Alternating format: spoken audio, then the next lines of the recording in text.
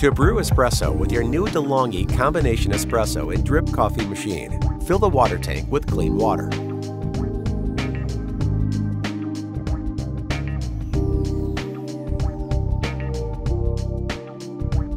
If you are brewing only one espresso or using ESC coffee pods, choose the smaller capacity filter. To brew 2 espressos, choose the larger capacity filter.